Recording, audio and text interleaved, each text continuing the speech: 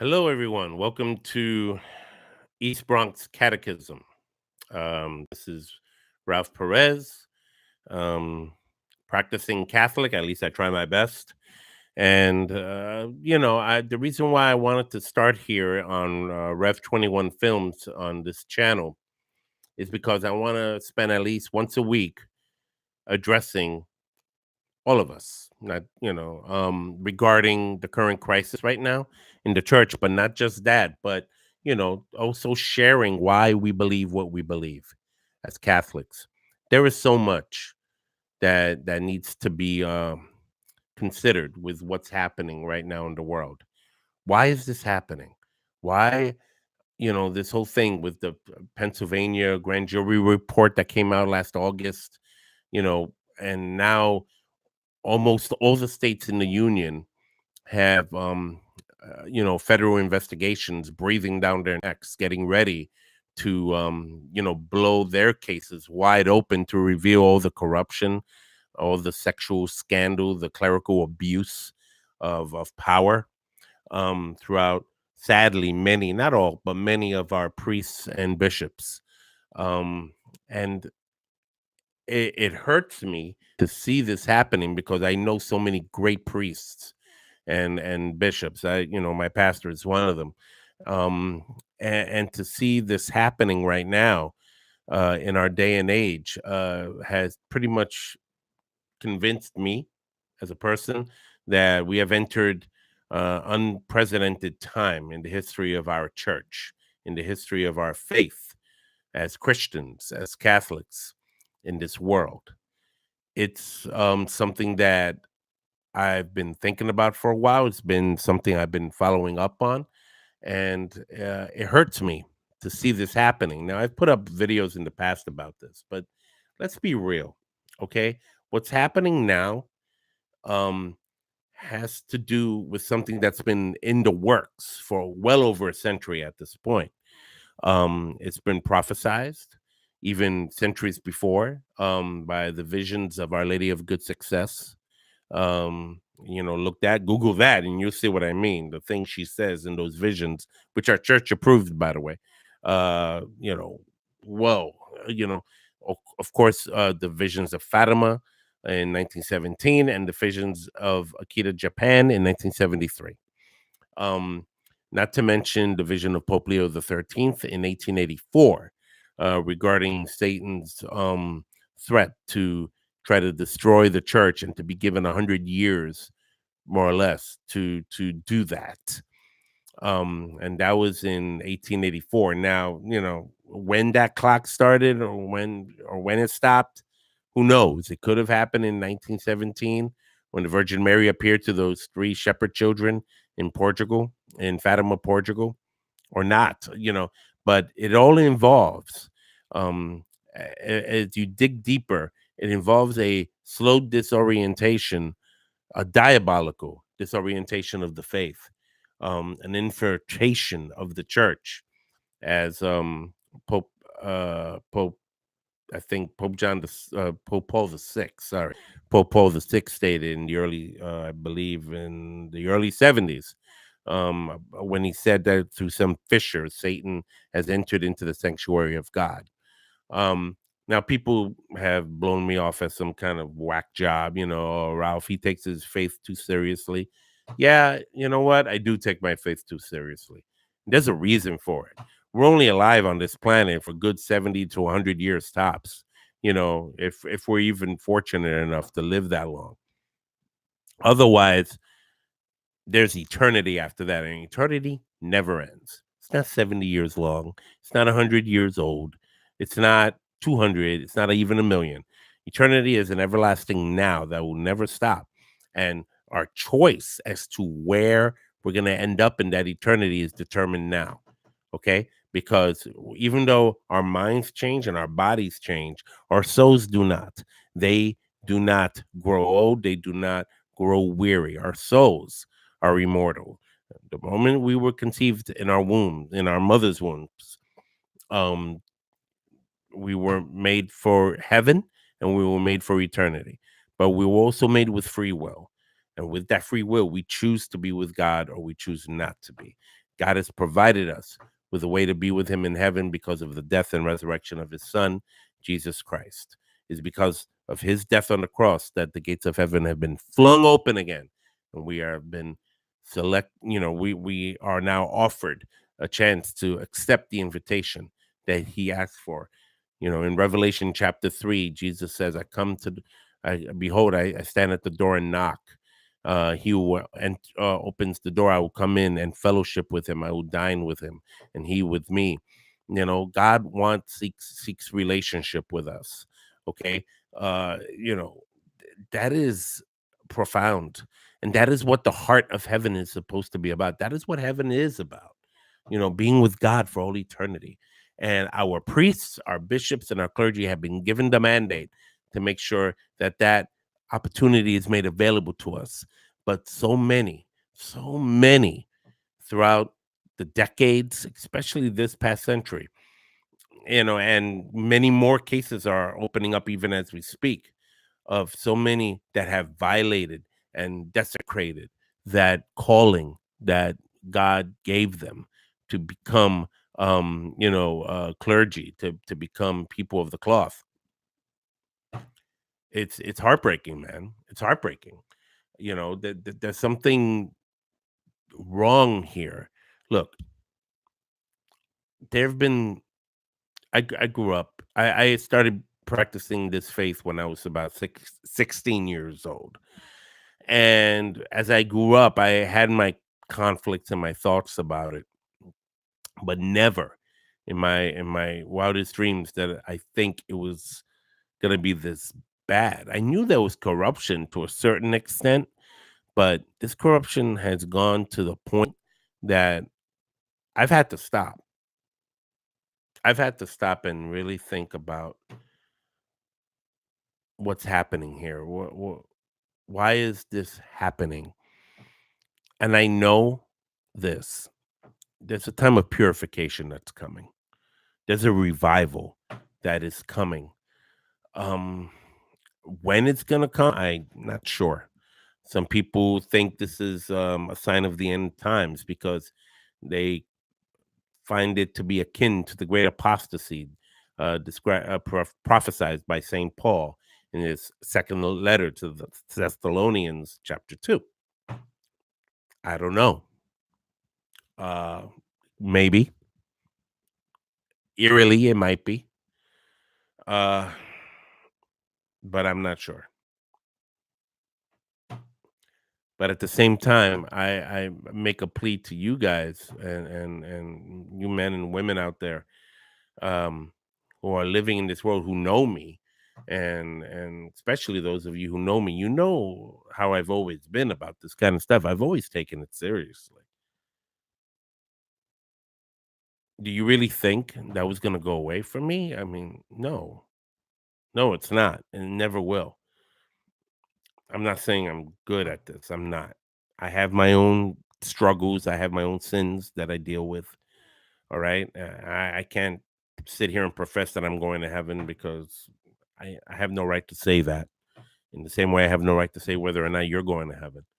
I do have the right, and I do have the calling of God, as we all do, not just me, you too, to call out sin when sin rears its ugly head.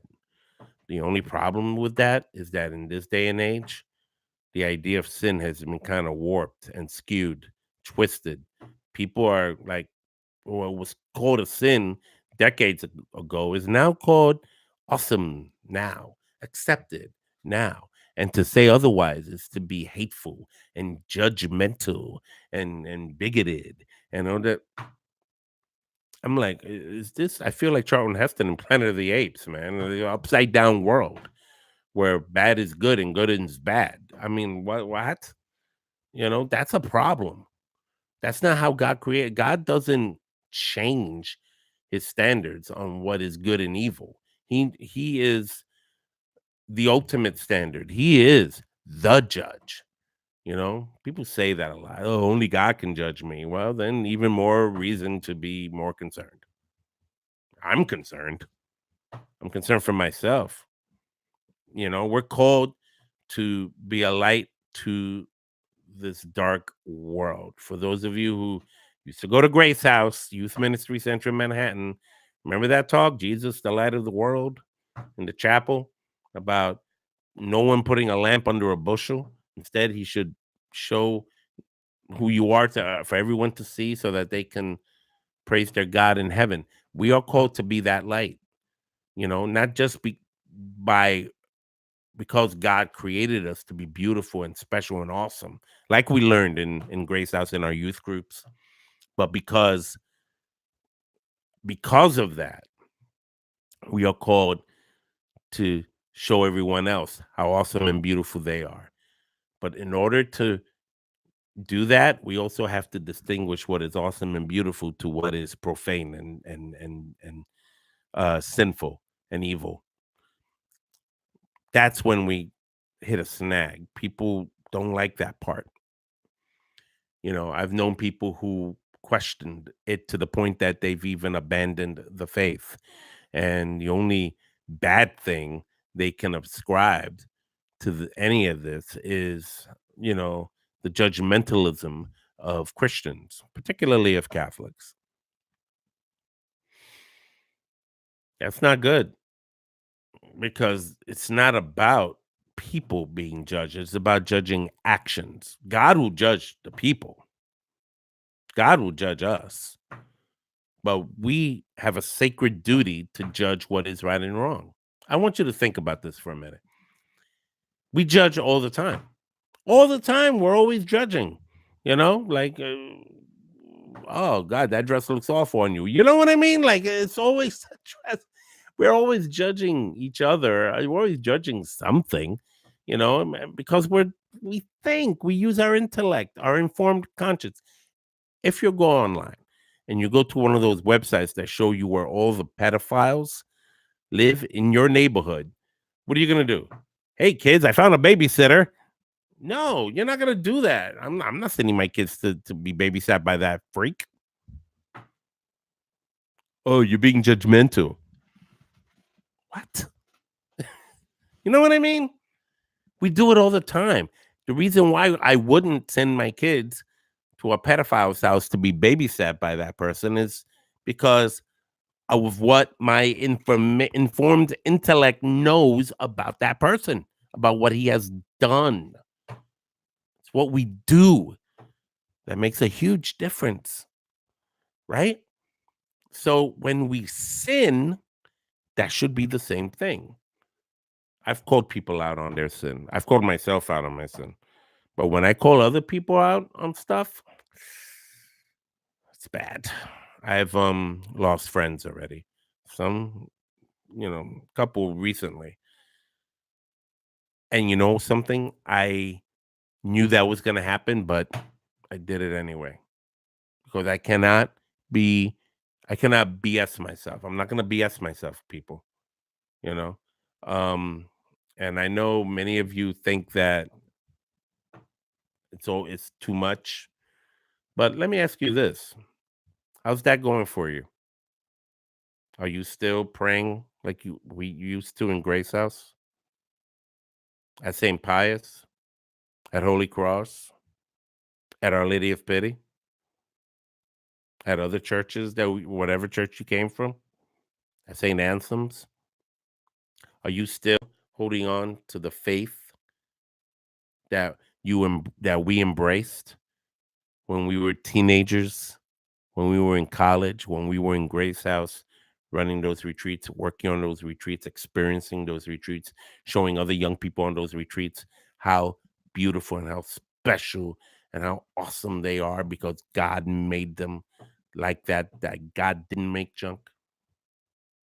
Do you do that? Do we do that still? Look, I'm 49 years old and I'm losing quite a bit of hair on my head, but I've also lost quite a bit of hair on my tongue. Also, I'm not gonna be quiet. Now, this has led some people to think that I hate certain kinds of people because of their lifestyle. I think you know what I speak of, and nothing could be further from the truth. Nothing could be more false. That is not it at all. Look, we're all in this together. We're all sinners. Okay, I'm not calling people out and saying that they're gonna go to hell or whatever. I can't do that. That is not my place. Not my place. But it is my place to call out sin for what it is. It's your place too. What are you afraid of?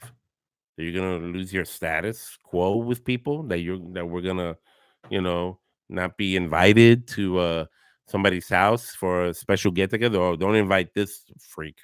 He preaches too much. We're in dark times, people. There's a low reduction of vocations to the priesthood. And the priests that are in charge right now, many of them, not all, like I said, but many of them aren't doing their jobs. They they teach watered down homilies and don't really, they're very on the surface kind of. They're more like bureaucrats and businessmen than they are spiritual people. And I think personally that that is a product of over 60 to 70 years of conditioned indoctrination within the seminaries from the not too soon after the spreading of the evils of communism, socialism, things like that that reject the things of God. It kind of snuck its way into the church. There are many resources and where you can check this out. But there's so many of the priests out there, both that are living today and that lived even back then, that are still fighting the good fight, against the modern day evils of what's called modernism. Pope Leo X called modernism back in 1907 the synthesis of all heresies, because modernism takes everything and pretty much is, if you think about it, it is the summation of Satan saying what he said in the Garden of Evil, in the I'm sorry, in the Garden of Eden, in the Garden of Evil, in the Garden of Eden, where he said that you shall be as gods, knowing good and evil. Your eyes will be opened. Eat from the fruit. We're still eating from that fruit. And we're making up our own standard of what is good and evil. And we're not listening to God. We think we are, but we're not. And that is scary, you know. And that is part of the great falling away of the faith that has happened in the last several decades, where people have been betrayed, children have been abused sexually, mentally, emotionally, physically by priests, by nuns, by bishops, by lay people. But then on the other hand, we have all these great priests and bishops and nuns and lay people that are fighting for the faith, to the point that some of them are now in hiding because they fear for their lives. For them to feel like they're fearing for their lives and that they have to go into hiding from their own superiors says something. Archbishop Vigano put out an 11-page or 8-page, I think it was 8 pages, um, saying Pope Francis knew about about Theodore McCarrick, the then cardinal, who is no longer a cardinal, for all the terrible things he did to all these young people throughout all these decades, and that he knew. And not only did he do anything about it, but he promoted the guy. It was big. It was in the news at the end of August. He's in hiding. Nobody knows where he is. Why would he have to hide? What? He's afraid Pope Francis is going to give him pow or something? What the heck? No, no. He's probably fearing for his life. And then there was a priest in the Chicago archdiocese. I forgot his name right now, who's also in hiding. He was the pastor of a church there because he burned a rainbow flag. He didn't burn it, actually.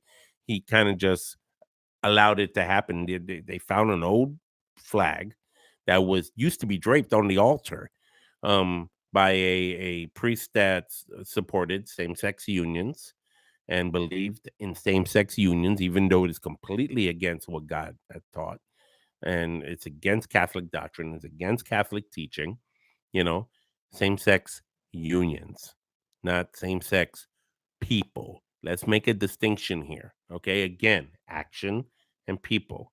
All right.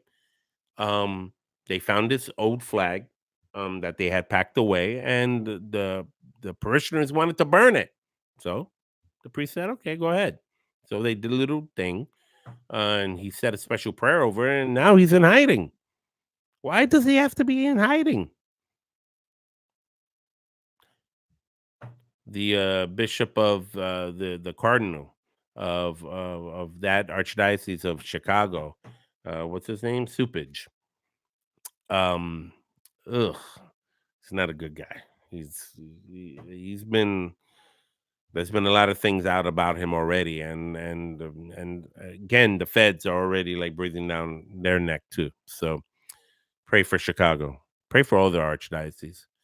Um, But I kind of wanted to start this like this, but I also wanted to tell you all that when I next time we meet here on East Bronx Catechism, I'm not going to just be beefing about this kind of stuff, but I really want to get into deep stuff. I want to talk about the sacraments. I want to talk about why we believe as what we believe as Catholics. Why do we believe in purgatory? Why do we have such an emphasis on Mary? Why is there three persons in one God? Why did Jesus really have to come and die for us? What's the biblical look at that? What is, faith and works? How do the two harmonize instead of opposed to each other, as the way a lot of our Protestant brothers and sisters claim that's the case, and that's not the case. Let's talk about all that. I want this to be a learning forum, for me, for you. So I'll let you guys know. I'll do a posting of what that is, and I'll put below me links to different sources about some of the things I mentioned here regarding the events of the last 100 years. So I'm gonna let you guys go now, and pray for me. I'll definitely be praying for you. Pray for our church. Pray for our priests. Pray for our bishops. Pray for our lay people.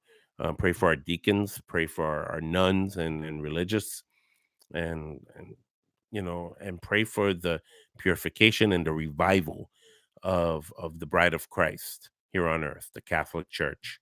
Um, may she be even holier and pure when all this chaos is said and done. So until then, God bless you and take care. I just wish I knew how to turn it off. Oh, it says end stream in the bottom. Take care.